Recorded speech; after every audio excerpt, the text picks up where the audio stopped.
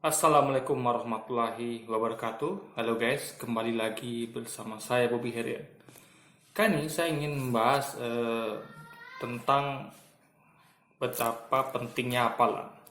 Jadi ini berangkat dari saya melihat banyak sekali, ya, cukup banyak lah ya orang-orang Kristen itu kayak Luis Prasetyo dan lainnya itu selalu mencemooh gitu kan, mencemooh, meremehkan orang umat Islam yang hafal Quran gitu guys. Nah, jadi ada sekian begitu banyak jutaan umat Islam yang hafal Quran itu diremehkan gitu. Jadi dengan dalil dengan asumsi ya, buat apa cuman hafal tapi nggak ngerti gitu, ya kan? Nah yang dihafal itu kan biasanya Arab ya kan. Nah sini akan kita bahas guys di sini ya, biar mereka nih paham gitu ya. Anda yang masih berpikiran untuk apa sih menghafal, nggak penting gitu kan, lalu anda cemooh gitu kan, sombong gitu istilahnya gitu kan, toh nggak ngerti juga, aneh kan. Kita bahas sekarang. Jadi gini guys ya, pertama kali ya, saya akan kasih beberapa contoh. Anda ingat nggak film Karate Kid? Waktu itu gurunya namanya Ohara ya. Jadi gini, waktu itu ya, ada anak kecil ya, orang bule gitu kan. Jadi dia ini tertarik dengan seorang, kan dia kan dibully di sekolahnya gitu, dibully sama murid-murid yang ahli apalah, bela diri lah gitu kan. Jadi dia pengen belajar bela diri sama guru ini gitu. Jadi dia lihat guru ini punya kemampuan gitu kan, karena guru ini dia langsung di pamatannya guru ini bisa melakukan suatu hal hebat gitu. Nah, jadi dia memohon untuk berguru pada orang ini, pada guru ini namanya adalah Ohara gitu kan, Mister Ohara, orang Jepang ya kan. Dia adalah seorang master karate. Nah, Anda tahu apa yang dilakukan oleh Ohara? Dia menyuruh anak ini melakukan gerakan-gerakan guys ya, kayak ngelap kaca mobil, ngelap kaca jendela rumah. Intinya adalah gerakan ngelap gitu, apapun dilap, lemari segala macam kan. Nah gerakannya adalah dengan gerakan karate, tapi kamu tentu saja anaknya sadar itu adalah sebenarnya gerakan karate gitu. Jadi sebagai contoh misalnya kayak tangan saya misalkan gerakan memutar seperti ini guys. Jadi kan ngelap kaca itu kan memang ada sebenarnya, ngelap kaca itu ada bisa pakai apa aja gitu, bisa sembarang aja, tapi dikasih pola sama Ohara ini, Ohara dengan gerakan memutar ke kanan gitu kan, juga tangan kiri, gantian pakai tangan kiri, diulang terus, lalu sebaliknya. Nah, tanpa dia memberitahu apa maksud itu, disuruh anak itu melakukan gitu. Anak itu kan nggak paham, nggak ngerti sama sekali, tapi dituntut untuk mengerjakan itu. Ya, jadi anak ini kan lama-lama dia protes. Mr. Ohara, ini latihannya ini apa sih yang kamu suruh saya ini kan?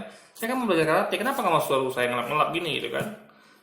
Kata Mr. Ohara, kerjakan aja dulu katanya kan. Jadi anak ini terus dikasih pengertian, dikasih apa itu gitu kan. Nah, rupanya pada suatu ketika anak kecil karena ini terus menuntut, akhirnya Mr. Ohara melakukan hal mencoba memukul anak ini, dan artinya mengetes itu, maksudnya itu tidak serius, tapi gerakan memukul untuk mengetes refleks anak ini. Lalu tiba-tiba anak itu langsung menangkis guys, menangkis ini gitu kan, menangkis ini gitu. Nah itu gerakan dilakukan itu tanpa disadari keluar guys ya, gerakan itu tanpa disadari keluar gitu, dia menangkis ya kan. Di sana pun terkejut gitu kan, apa yang saya lakukan gitu kan. Nah, langsung saya guru berkata, itulah saya ajarkan sama kamu ya, kamu akan mengerti pada saat nanti gitu. Jadi hal pertama diajarkan oleh Mr. Ohara adalah hafalan guys, menghafal dulu gerakan itu gitu, sehingga menjadi hal yang refleks gitu. Kalau sudah hafal nanti gampang buat mengerti, nanti baru setelah hafal baru diajarkan praktiknya gitu. Nanti gerakan seperti ini itu kan menangkis dalam karate gini kan, menangkis atau sebaliknya kan, itu kan menangkis. Nah, jadi itu adalah ajaran dari Mr. Ohara. Jadi hafalan itu begitu pentingnya gitu. Jadi sampai anak itu bosan gitu, akhirnya berguna kan. Nah, itu Anda lihat juga belajar bela diri ya. Jadi bagaimana kita di awal kalau masuk bela diri, Anda kan bakal tahu, ada pertama kali dilatih itu adalah gerakan-gerakan dasar, kuda-kuda, pukulan dasar, tanpa dikasih tahu ini gunanya apa dalam pertarungan gitu, ya kan? Gak dikasih tahu gunanya apa dalam pertarungan gitu, ya kan? Nah, tiap hari dilatih terus di gerakan yang sama, kuda-kuda yang sama, ulang-ulang terus gitu kan. Nanti setiap berapa minggu atau bulan baru Anda dikasih tahu gunanya untuk ini. Apalagi orang-orang yang sudah tingkatan tinggi mungkin itu baru dikasih tahu gitu. Nah, yang pertama lakukan adalah mengulang-ulang terus guys. Nah, jadi menghafal tuh banyak metode, yaitu dengan mengulang-ulang merupakan bacaan atau gerakan gitu kan. Nah, jadi esensi menghafal tuh ya, hafalan tuh, jadi hafalan dan mengerti itu adalah dua hal yang berbeda. Jadi jangan samakan itu. Seorang yang hafal ya dan seorang yang mengerti adalah dua hal yang bagus gitu. Jadi orang kadang mereka ini suka memisahkan guys, sama kayak kemarin saya bikin konten ya, dimana mereka sunat nggak penting, yang penting sunat hati gitu kan. Padahal dua-duanya penting, sunat fisik dan sunat hati gitu kan. Sama kayak juga pakai jilbab gitu, pakai jilbab penting, berupaya juga penting gitu. Sama kayak ini gitu, hafal penting, mengerti juga penting gitu. Jadi kalau Anda mengerti tapi nggak hafal, nanti saya kasih contoh ya, atau Anda hafal tapi nggak mengerti juga nggak baik gitu. Makanya harus dua-duanya, hafal dan mengerti. Nah, jadi masing-masing punya fungsi sendiri. Nah, fungsi mengerti adalah untuk bagaimana cara menggunakan hafalan tadi gitu. Jadi Anda udah punya nih hafalan tertanam di memori Anda, di tubuh Anda, gerakan-gerakan maupun ucapan-ucapan atau pikiran-pikiran itu udah Anda hafal. Tinggal mengerti bagaimana cara menggunakannya gitu. Nah, jadi intinya barang itu sudah terinstal dalam tubuh Anda, di dalam kepala Anda, memori di dalam fisik Anda itu sudah terinstal gitu. Tinggal bagaimana cara menggunakannya. Jadi sama kayak, coba Anda mainkan lagi seorang pilot misalnya. Anda lihat mana masuk ke dalam kabin pilot itu kan banyak instrumen tuh guys. Ada banyak tombol itu, tombol lampu segala macamnya, setir segala macam, itu kan ribet. Nah, jadi itu sang pilot pasti sudah hafal. Ya, dengan cara dia belajar dulu, lalu dipraktikkan tiap hari gitu kan. Ini tombol ini untuk apa-apa, semua dia sudah dalam kepala dia guys, luar kepala dia gitu, udah hafal dia. Nah, ada yang dia tidak hafal. Itu karena apa? Karena memang otak manusia punya keterbatasan, jadi nggak mungkin hafal semua. Jadi hal-hal kayak misalnya kalau dari trouble dalam pesawat, masalah gitu. Misalnya masalah, ya kalau ini nggak fungsi apa harus dilakukan gitu. Dan pilot itu sebenarnya bagian besar hafal, cuman ada hal yang mungkin mereka miss gitu, lupa. Makanya dikasih buku panduan. Kalau ada mereka lupa. Tapi alangkah baiknya kalau mereka sudah hafal itu semua gitu. Sehingga buku ini nggak begitu dipentingkan lagi. Buku ini hanya sebagai backup aja kalau mereka tidak hafal gitu guys. Nah, dan tentunya mereka juga mengerti gitu. Jadi mereka punya dua. Mereka pilot ini mengerti ya, final ini untuk apa semuanya, dan hafal guys. Letak-letaknya, fungsinya gitu. Anda bayangkan kalau mereka cuma mengerti. Misalnya mereka belajar waktu itu kan, belajar. Mereka ngerti. Oh, tombol untuk ini, untuk lampu, untuk apa segala macam, setirnya untuk apa, gunanya untuk apa, paketannya untuk apa segala macamnya. Mereka paham dan mengerti. Habis itu mereka nggak menghafalnya. Repotnya mereka tidak praktek. Ya kan, mereka tiba-tiba nggak pegang pesawat selama mungkin 10 tahun. Sehingga hafal mungkin hilang gitu. Ya kan? Nah, juga masalah trouble-trouble yang ada gitu. Nah, apa yang terjadi ketika mereka masuk dalam pesawat? Mereka paham, mereka ngerti, tapi mereka lupa gitu. Apa yang terjadi? Aduh, saya tahu tombol ada tombol yang untuk misalnya fungsinya untuk ini, tapi saya lupa letak di mana, yang mana tombolnya ya. Oke lah, kondisi lagi mungkin baru TO masih tenang, tapi kondisi lagi urgent bagaimana? Terjadi bisa kecelakaan kan? Atau mengenai apa? Masa sih dikit-dikit buka buku gitu kan? Dikit-dikit. Anda bayangkan lah orang yang kayak main game ada bagi saya, karena saya gamer kan. Anda main game. Ketika main game tuh ya, apalagi kayak FPS ya, itu harus Anda, karena itu main kecepatan kan, Anda harus hafal tombol itu apa sih fungsinya, tombol W, S, E, D, dan segala macamnya, tombol untuk menunduk apa, untuk merayap apa, tombol untuk lempar granat apa, itu Anda harus hafal luar kepala gitu. Dan Anda ngerti gunaannya, kapan gunakan tombol ini untuk melempar bom, kapan gunakannya. Jadi dua hal ini harus Anda punya sebagai seorang gamer. Ya, apalagi gamer first person shooter FPS gitu. Nah, jadi Anda nggak perlu lagi dikit-dikit tekan start dan melihat kontrol. Apa sih? Kayak saya kan sering saya lupa kan. Ada kalau lihat konten-konten saya ya, ada saya lagi main game tuh saya kadang-kadang lupa guys. Aduh, apa sih tombol untuk menunduk? Apa sih tombol untuk lempar bom gitu? Itu bikin saya susah sendiri guys, gitu kan. Saya harus tekan pause gitu kan, tekan option lagi, melihat lagi kontrolnya apa, itu kan ribet. Dan itu untung itu cuma game gitu. Coba kalau itu dunia nyata gitu, ya kan? Kayak sampai tadi gitu, dia lupa nih kontrol untuk apa gitu, nggak hafal ya guys, kan kacau.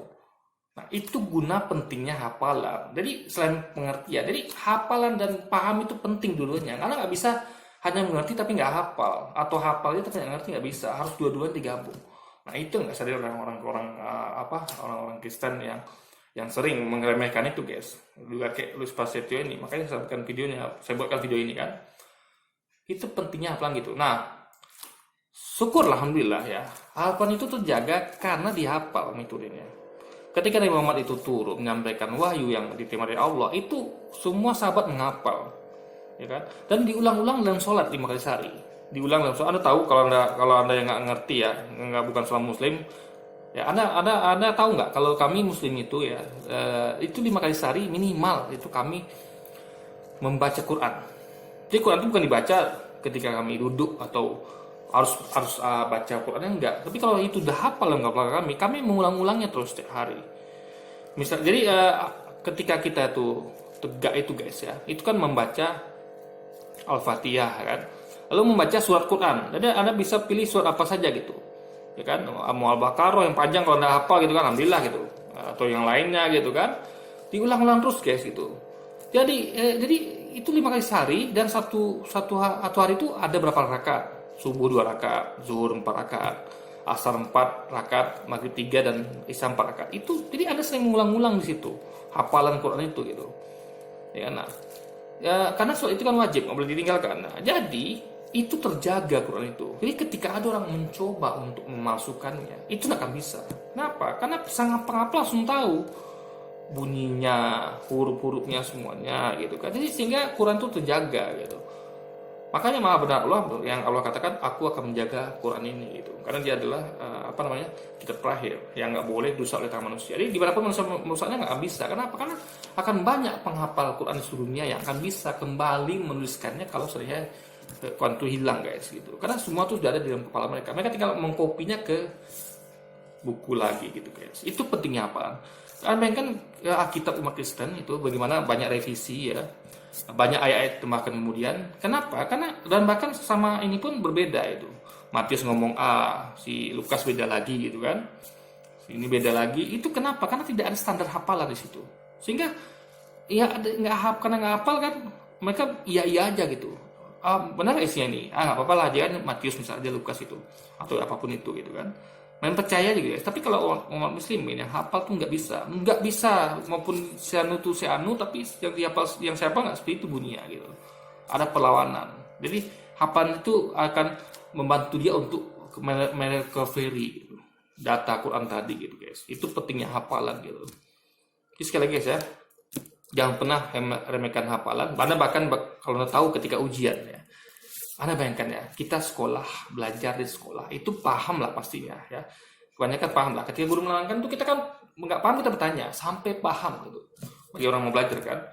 Nah, apa jadi kalau kita ulang lagi di rumah, belajar lagi di rumah, ya, lalu ya kita cukup hari itu belajar dah. Hari ini belajar kita tentang sejarah apa ya, apalah kita tentang biologi, tentang anatomi tubuh, anatomi amuba misalnya.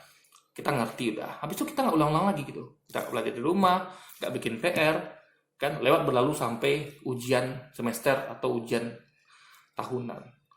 Kita nggak ada ulang-ulang sekali guys. Nggak ada kita baca ulang, nggak ada kita hafal gitu kan. Apa yang terjadi ketika ada ujian? Anda bakal blank. Anda mau jawab apa itu ujian? Coba. Mau jawab apa? Nah, makanya gunanya ya hafalan. Saya dulu bahkan ketika mau ujian itu saya bawa buku kecil guys. Saya tuliskan situ ringkasan yang penting-penting gitu kan. Saya hafal guys. Nah, mungkin saya malas menghafal dengan cara ngulang-ulang itu. Saya tinggal membaca ulang aja, baca terus gitu. Saya ulang-ulang terus baca. Selagi ada waktu luang saya baca. Karena buku itu kan kecil. Udah bisa kemampuan semuanya gampang tuh dibawa gitu kan.